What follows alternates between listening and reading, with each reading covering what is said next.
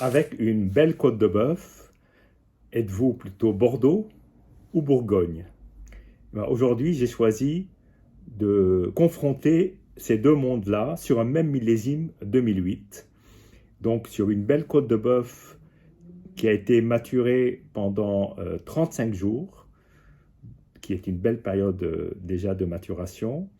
Je vais confronter donc le monde du Bordelais avec le monde de la Bourgogne. Et je pense qu'il y a autant d'amateurs d'un bon Bordeaux sur une belle côte de bœuf que d'un bon Bourgogne sur une belle côte de bœuf. Voilà, le match est ouvert.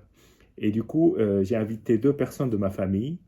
L'un qui est un amateur, pas forcément très averti, mais c'est quelqu'un qui aime bien le vin et qui fait attention quand il déguste le vin. Et une autre personne qui en fait aime bien le vin mais sans plus et finalement déguste toutes sortes de vins, je dirais, sans forcément faire très attention. Je suis sûr que vous avez ce profil autour de vous.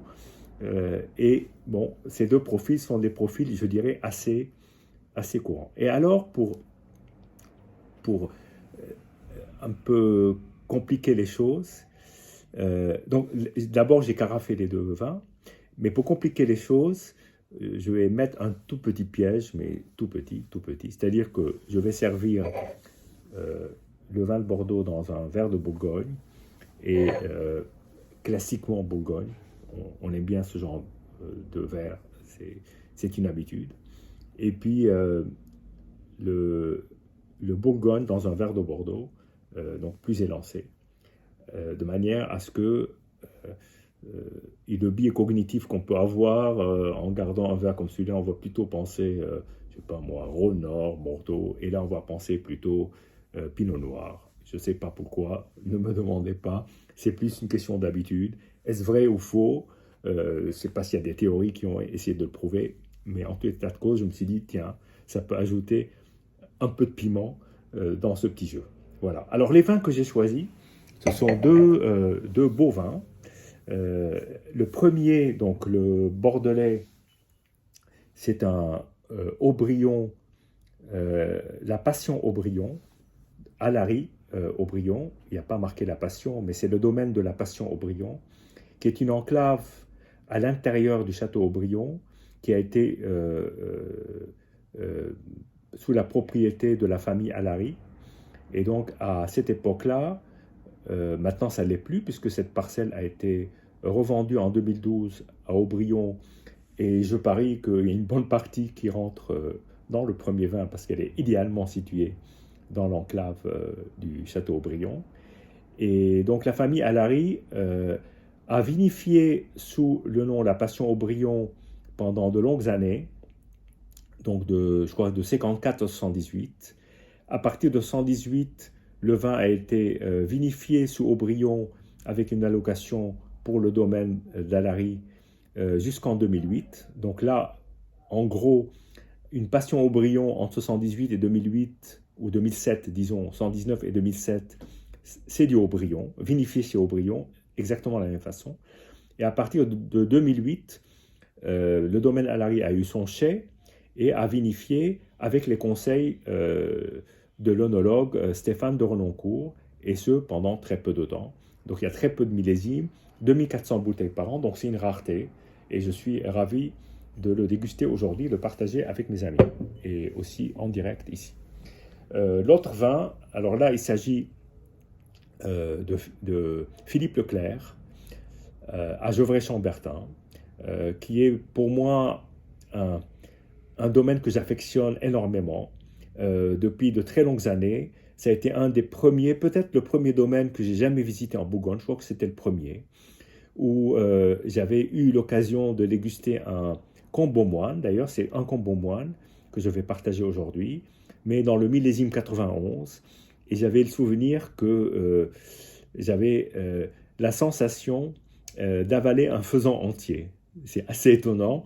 Le vin était assez puissant, très aromatique, un côté animal, non pas de l'animal évolué, mais de l'animal, je ne sais pas si on peut dire ça, mais de l'animal frais. et avec une texture et une matière absolument phénoménale. Donc j'ai hâte de goûter le 2008, d'autant plus que 2008, je pense, c'est une année qui est très réussie au domaine Philippe Leclerc. Je reviendrai là-dessus parce que j'ai une histoire affective avec ce domaine que je visite régulièrement, qu'il est d'ailleurs très facile de visiter. Mais on va revenir à Alary-Aubryon.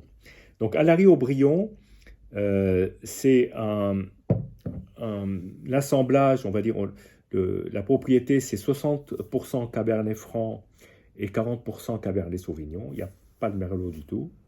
On est évidemment sur l'aire d'appellation Pessac-Léognan, anciennement Graff, donc des limitations plus précises sur la grande appellation Graff, donc évidemment des terroirs graveleux, le plateau d'Aubryon, donc là on est au cœur de ce qui, point de vue terroir, ce qui peut se faire de mieux sur cette partie de la rive gauche. Que dire de plus? 2008, 2023, 2024, 15 ans d'âge, je pense que c'est un bon âge pour le déguster et je vais faire la dégustation dans un verre à Bourgogne, comme on dit. Et voilà, j'ai carafé donc le vin pour lui donner un surcroît d'aération, même si je ne suis pas un grand fan le fait de carafer. Je préfère en général ouvrir la bouteille, éventuellement l'épauler plusieurs heures à l'avance, mais là j'avais pas le temps, donc je pars au plus rapide. Alors déjà la robe est une robe tout à fait dans le jus de ce qu'on peut imaginer, c'est-à-dire une robe assez foncée, évidemment très lit de vin, mais déjà sur l'évolution, assez étonnant. Pour un vin de 15 ans, 2008, c'est encore jeune hein, dans le Bordelais, surtout si on imagine qu'on est sur Aubryon. D'ailleurs, vous avez peut-être remarqué que Alary étant tout petit, Aubryon est en grand, donc c'est pas Alary-Aubryon, c'est domaine Alary et Aubryon, comme c'était une appellation prestigieuse, comme on dirait la Tâche ou la Romanée-Conti. Voilà. Dégustation.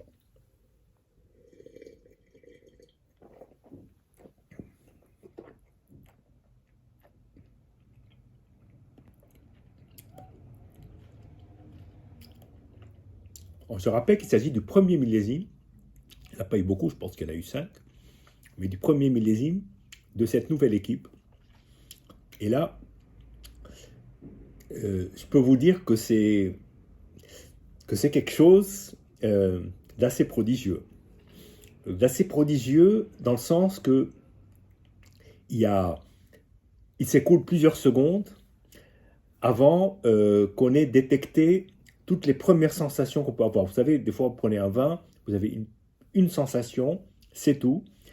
Après, il peut y avoir une longueur en bouche, mais vous avez un corps monolithique qui arrive avec une claire identité, qui dit ce qu'il est, et voilà, terminé. Là, il m'a fallu quelques secondes pour essayer de balancer et comprendre tout ce qui arrivait finalement dans mon palais. Je vais reprendre parce qu'il y a beaucoup de choses à dire.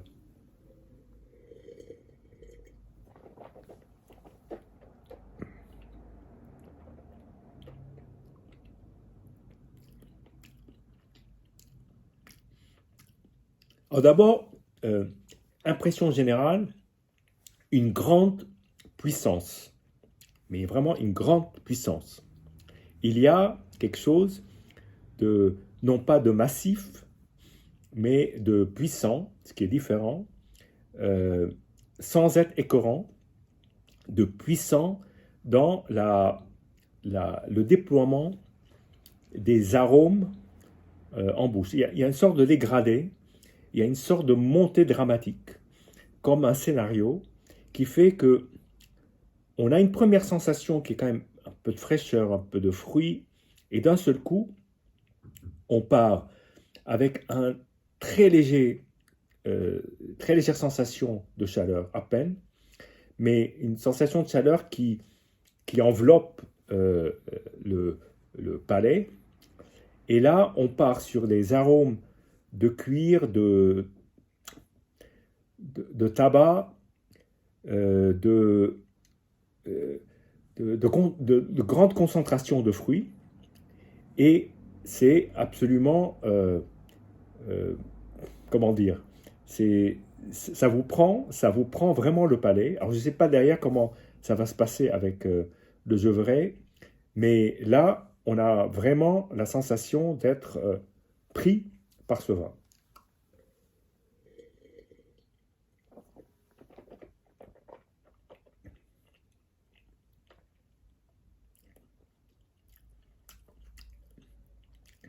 La matière est dense, elle est épicée, elle est, elle est, elle est riche et surtout elle est pleine d'arômes, à la fois de fruits très mûrs, très belle maturité, et puis surtout un élevage qui est absolument somptueux, très intégré, très très intégré, avec une finale longue, persistante, chaleureuse. C'est un très beau vin, un peu côté un peu menthe, un peu épice, il y a un peu de tout ça. À présent, nous allons passer au Gevrey-Chambertin, donc premier cru, la Combe aux Moines, 2008. J'ai eu l'occasion de visiter, donc comme je vous l'ai dit, à plusieurs reprises. Et ce que j'aime bien en fait dans ce domaine, c'est le style très assumé des vins. C'est-à-dire ce sont des vins qui sont sur la grande concentration, souvent d'ailleurs de couleurs assez peu typiques du Pinot Noir de Bourgogne.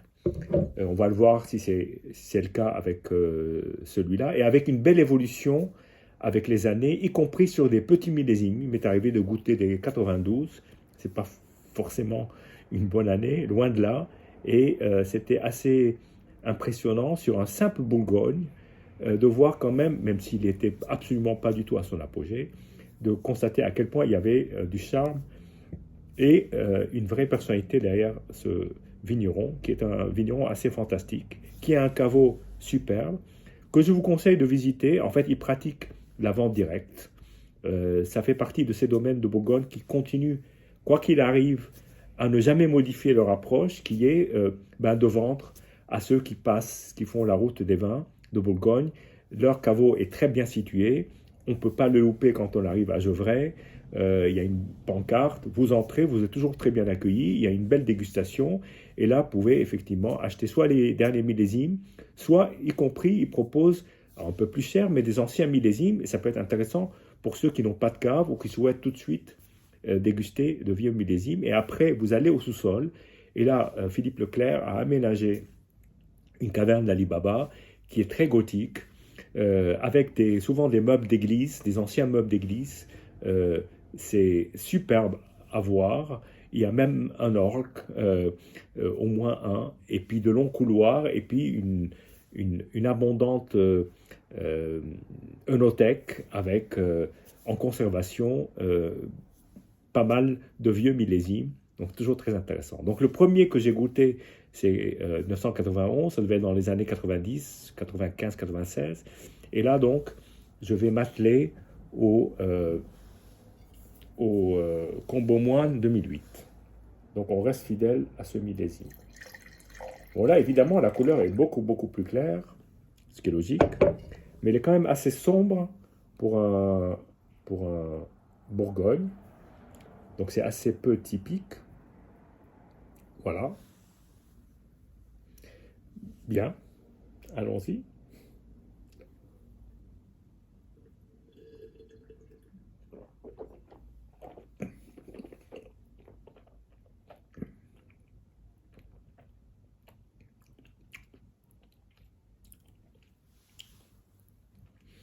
Ah, je ne sais pas ce que penseront mes invités, mais là, on est en Bourgogne, malgré le verre.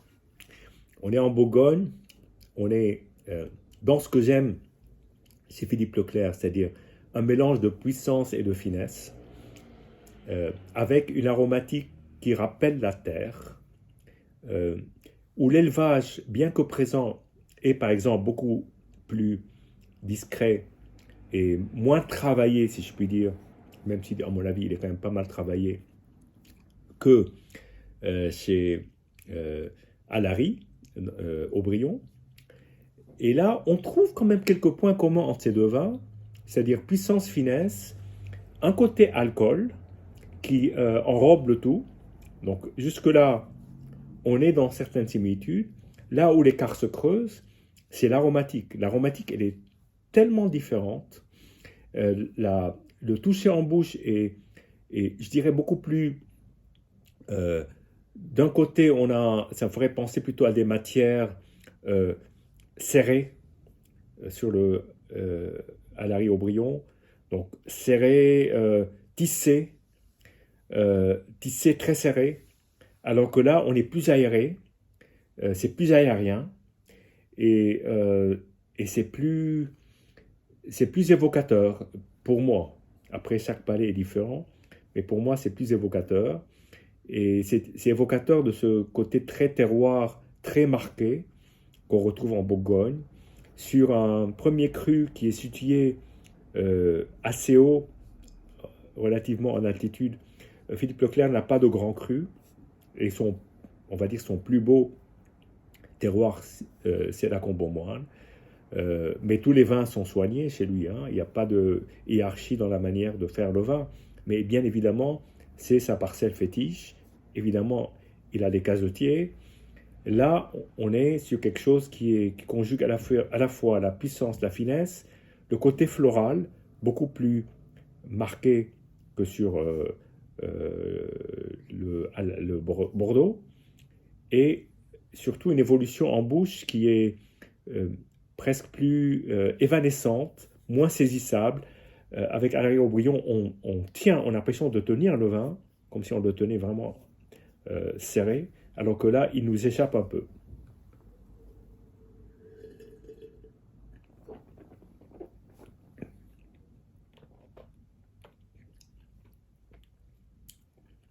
Et en bouche, c'est absolument délicieux, hein.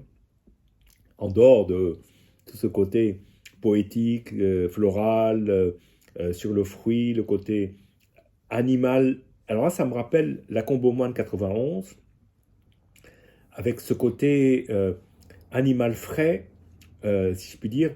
Et après, j'arrive à ma question. Lequel va convenir mieux avec la viande? Moi, je pense que la Combe-aux-Moines est particulièrement indiquée. Non pas que Alary Aubryon ne l'est pas, mais je trouve que la Combe-aux-Moines a un plus par rapport au Pessac-Léognan. Après, on jugera sur pièce de bœuf et on verra. Voilà. Donc, j'aimerais beaucoup revenir et vous donner un compte-rendu de comment s'est passé ce déjeuner dégustation. Voilà. Donc, à très bientôt. Je reviens pour vous donner le compte-rendu de notre dégustation déjeuner.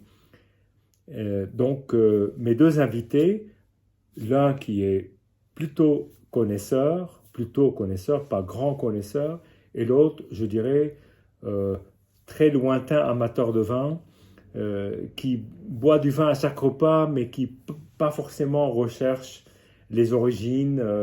Vous avez sûrement rencontré dans votre parcours des convives comme cela. Le premier est plutôt amateur sans être très grand connaisseur, mais plutôt amateur.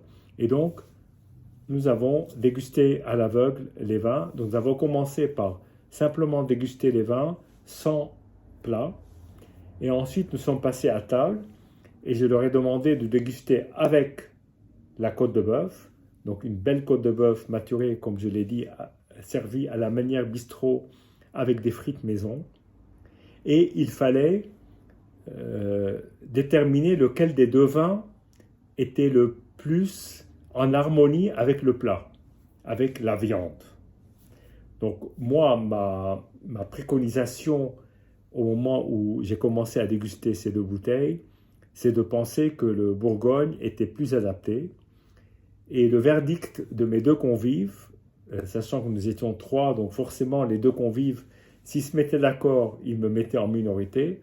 Les deux convives étaient d'accord pour penser que le vin le plus adapté était le Bordeaux. Voilà, c'est des choses qui arrivent. Et donc j'accepte le verdict. Euh, je, je suis, après coup, je pense qu'il y a peut-être une bonne raison. En tout cas, moi, je l'aurais senti comme ça, c'est que le vin de Bourgogne était devenu d'un seul coup beaucoup plus floral à table. Et le côté que j'avais détecté au départ, qui me paraissait un peu plus animal, avait un tout petit peu cédé sa place à ce côté fantastique floral qu'on trouve dans les vins de Bourgogne, qui est absolument unique et que j'adore, effectivement. Il y avait toujours cette présence de terre, mais c'est vrai que le côté floral dominait, et qui dit côté floral, face à une viande bien corsée, viande maturée, c'est peut-être pas évident. Ce qui est intéressant, c'est que un des deux convives qui est plus amateur que l'autre, malgré la forme du verre, très bourguignonne, dans laquelle j'avais servi le Haut-Brion du domaine Alary, a mis du temps, mais au bout, a persisté et signé en disant que c'était un vin de Bordeaux. Par contre, le vin de Bourgogne était plus difficile à reconnaître en raison du profil très particulier des vins de Philippe Leclerc. Bien, donc voilà le compte-rendu, et je me dis, je vais redéguster les vins, maintenant que le repas est passé, et vous dire quelles sont mes impressions, là sachant que ça fait, ça fait 6-7 heures que les vins sont carafés, donc ils vont sans doute évoluer.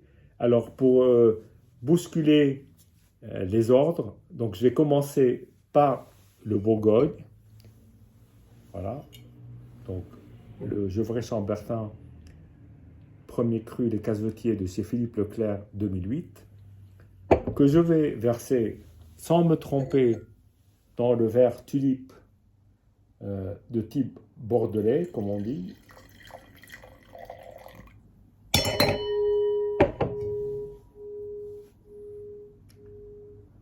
Je vais déguster.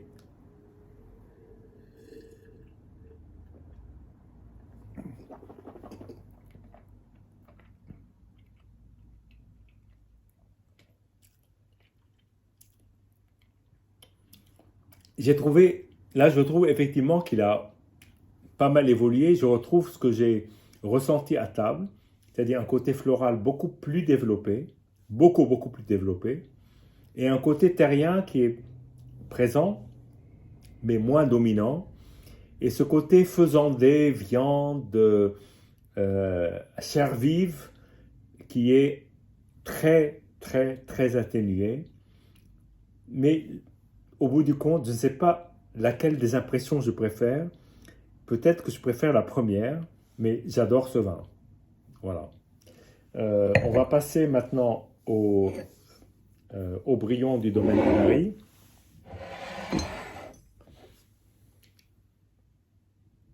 Donc toujours dans le millésime 2008, avec une couleur bien qu'évoluée, beaucoup plus soutenue.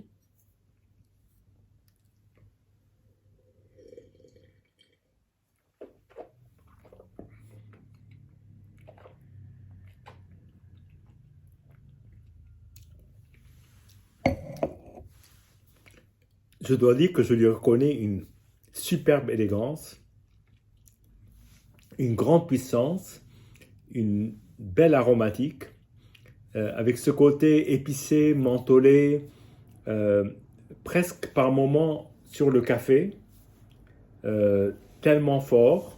Je vais ressentir au nez. Et une grande élégance tout le long.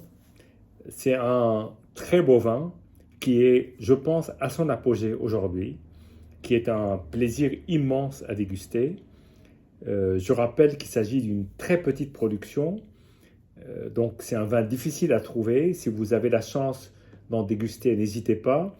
Pareil avec les casetiers hein, de Philippe Leclerc, il n'y en a pas non plus des masses, mais en contactant le domaine ou en allant visiter Gevrey, vous pouvez vous procurer une ou deux bouteilles. Ça vaut vraiment la peine. En tout cas, dans les deux cas, ce sont deux très beaux vins. Moi, j'ai toujours une affection particulière pour les Gevrey de chez Philippe Leclerc. C'est sentimental, je pense. Donc, chacun y trouvera son compte. Ce que je dis ne vaut pas pour tout le monde, mais ça vaut en tout cas au minimum pour moi.